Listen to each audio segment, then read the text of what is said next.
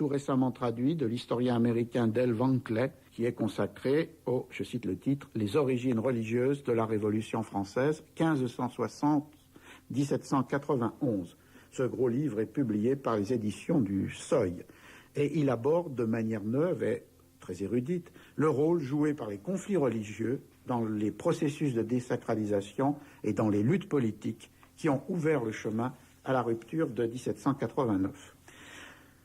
Partons donc du livre de Fanny Cossandet, Robert de Simon, L'absolutisme en France, histoire et historiographie. Alors je crois, Robert de Simon, que le sous-titre a beaucoup d'importance, le mot historiographie, puisque ça donne à ce livre une forme assez originale, à la fois une traversée d'une immense bibliographie, et de l'autre côté, un livre dans lequel vous exprimez, comme vous le dites dans l'introduction, une opinion propre. Oui, l'absolutisme, c'est une vieille notion, pas si vieille que ça d'ailleurs, puisque finalement, dans la langue française, elle se répand au début du XIXe siècle, surtout dans les années 1830-1840, alors que se met en place une monarchie qui n'est précisément pas absolue, mais constitutionnelle.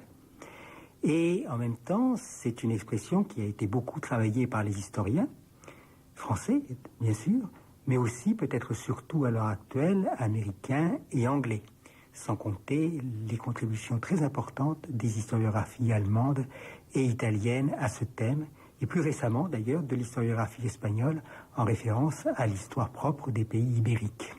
Alors donc du coup vous avez traversé cette immense bibliographie, mais comme vous le dites, derrière les œuvres, en les citant, en les convoquant dans votre livre, vous proposez, on va le rencontrer au cours de cet échange, vous proposez des réinterprétations, des révisions parfois très profondes. Fanny Cossandet. Oui, il s'agissait en effet à la fois de présenter l'historiographie, c'est-à-dire les travaux qui ont été faits sur cette question, mais aussi de mieux comprendre la notion elle-même, de mieux l'expliquer et de la travailler, donc en menant une réflexion propre qui s'articulait avec les travaux développés sur la question. Et alors du coup, vous êtes partie de cette double difficulté de la notion d'absolutisme, celle que rappelait Robert de Simon, c'est-à-dire en fait que ce terme chez les historiens désigne une période dans laquelle il est ignoré, puisque au XVIe, XVIIe, XVIIIe siècle, le mot est presque absent, et d'autre part, donc du coup... la réalité peut-être exister, c'est l'objet même de notre discussion, mais en tous les cas, elle n'est pas désignée comme telle, et on le verra que le mot absolu, lui, est présent.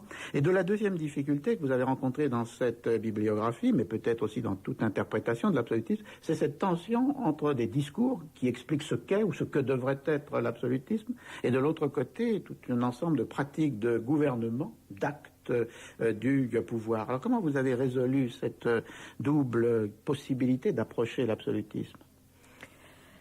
Bien, il s'agissait de comprendre la notion même d'absolutisme et pour se faire réfléchir non pas tant sur la pratique d'un roi absolu, c'est-à-dire capable d'exercer un pouvoir tyrannique en fait, mais sur la notion d'absolutisme, sur ses fondements théoriques et à partir de là, la pratique qui en est faite par le monarque. Du coup, ça donne la structure du livre. Vous dites à la fin de votre introduction, notre propos organise l'historiographie, vous l'avez rappelé, donc les travaux qui ont été consacrés à l'absolutisme, autour d'une dichotomie simple, l'opposition du travail théorique et du travail pratique que la monarchie a effectué sur elle-même, c'est-à-dire du glissement de la construction conceptuelle d'un régime à la construction concrète d'un appareil d'État. C'est cette ligne que vous avez suivie pour organiser le matériau. Oui, le terme absolu est quand même extrêmement utilisé durant toute la période moderne pour qualifier le pouvoir du roi. Et cela désigne un régime qui est parfaitement réglé, qui n'est nullement arbitraire.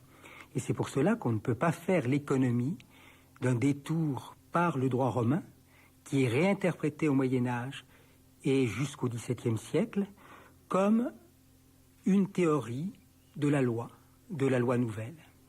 Et d'autre part, alors donc c'est le roi solutus ex legibus.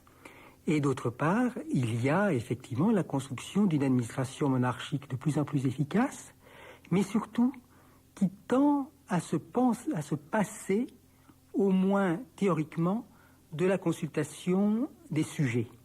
Et c'est la deuxième grande signification du terme de monarchie absolue. C'est une monarchie qui ne réunit plus les États généraux, qui ne consulte plus trop les États provinciaux, etc. On peut vous suivre alors donc dans cette démarche, puisque vous commencez par ce travail théorique de la monarchie sur elle-même, en disant que c'est une manière de légitimer les pratiques de gouvernement, et vous montrez que ce travail théorique des légistes, des jurisconsultes, est à la croisée, vous le rappeliez, de la présence du droit romain, mais vous soulignez, qui pourra surprendre peut-être, et qui est important, que ce travail sur le droit romain est une réinterprétation qui isole souvent des maximes ou des formules et qui est une manière de mettre à distance finalement le droit romain en tant que tel ou en tant qu'architecture globale pour en extraire des éléments et d'autre part au croisement d'une théorie de la souveraineté qui, elle, va se construire au XVIe siècle. Alors, pour être plus clair sur ce premier sens du terme absolu, on peut citer celui à qui vous renvoyez pour la construction de cette souveraineté, c'est-à-dire Jean Bodin, La République, 1576, voilà ce qu'écrit Bodin.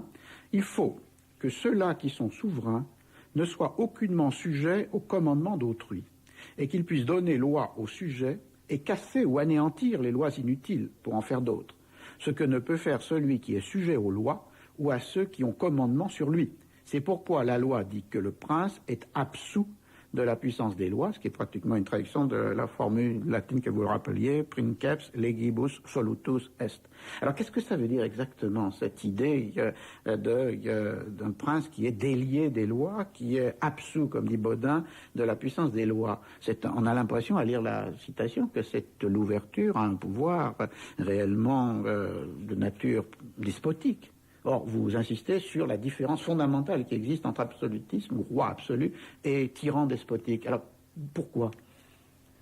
C'est le grand apport de Bodin, c'est cette notion de souveraineté qui existe depuis fort longtemps, qu'on trouve très largement au Moyen-Âge, mais qui apporte les fondements même de l'absolutisme, de la théorie absolutiste, parce qu'il met le souverain au-dessus des lois. Et ce faisant, en fait, il place en quelque sorte le souverain non plus au sommet de la pyramide féodale, mais supérieur aux liens qui pouvaient encore lier le roi directement à ses sujets. Il n'est plus tenu par une promesse faite à ses sujets qu'à un devoir vis-à-vis de Dieu. Parce que dans le texte, que s'il était tenu, il ne pourrait pas changer la loi. Alors le pouvoir législatif du souverain est justement la possibilité, comme dit Bodin, de casser ou anéantir des lois inutiles. Donc il est le légiste absolu, en quelque sorte. Mais alors, à ce moment-là, qu'est-ce qui limite son pouvoir? Qu'est-ce qui fait qu'au XVIe siècle, on va pouvoir tracer une frontière claire entre un pouvoir despotique et un pouvoir d'un roi absolu? Eh bien, c'est simplement que le roi doit produire une loi et non pas quelque chose qui réponde à une fantaisie arbitraire. Et donc c'est le roi politique qui est absolu, le roi qui a pris conseil, un conseil de plus en plus composé de forts juristes, un roi qui fait enregistrer par les cours souveraines et qui écoute leurs remontrances, et un roi finalement qui est soumis à une idée générale de la loi, qui est incluse dans les concepts de loi naturelle et de lois divines, entre autres. Et en plus des lois fondamentales. Mais les lois fondamentales, c'est précisément la définition du pouvoir royal comme pouvoir de faire la loi et de faire une loi juste. Vous discutez ce point après beaucoup d'autres. Est-ce que, du fait de l'existence de ces lois fondamentales, et on rencontrera tout à l'heure un texte dans lequel le roi lui-même énonce qu'il y a des lois fondamentales. Du fait de cette existence, certains en ont conclu que la France d'Ancien Régime était dotée d'une constitution coutumière qui bornait la souveraineté du roi. Or, dans votre livre, et reprenant ceux qui ont développé une opinion contraire, vous êtes extrêmement réticent à l'idée d'une constitution coutumière. Pourquoi? Eh bien, il faut remarquer d'abord que le terme de constitution est fréquent sous la plume des écrivains politiques, disons, à partir du XVIe siècle. Mais ils entendent par là une sorte de métaphore qui compare la constitution du royaume à la constitution, par exemple, du corps humain. Et c'est une façon de filer cette métaphore si importante dans la pensée politique de l'âge moderne, métaphore organiciste ou corporative. À partir de ce moment-là, nous sommes en face d'un instrument dont il n'y a pas à dénier le sens politique, mais qui est sans rapport avec la conception actuelle de la Constitution comme texte écrit étant une sorte de loi indisponible, de loi dans laquelle les autres lois doivent s'inscrire. Alors du coup, vous dites que ce sens métaphorique interdit de considérer que ces lois fondamentales, ou ce qui serait une constitution dans ce sens ancien, comme un fondement légal de l'État ou comme un régime véritablement constitutionnel, parce que vous dites aussi qu'il est un peu vain de chercher à établir la liste des lois fondamentales, comme on ferait dans une constitution écrite, où il y a des articles.